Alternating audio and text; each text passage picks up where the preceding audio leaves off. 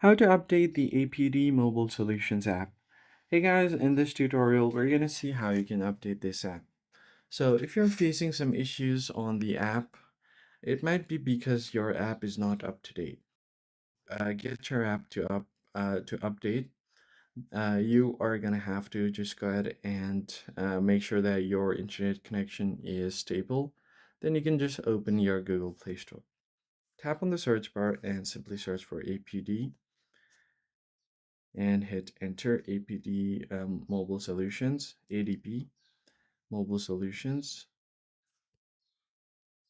Now you can just open the app, and if you see an update button here instead of open, you just need to tap on that to update the app to its latest version. As you can see, I don't have the update button, which means I already have the app up to date.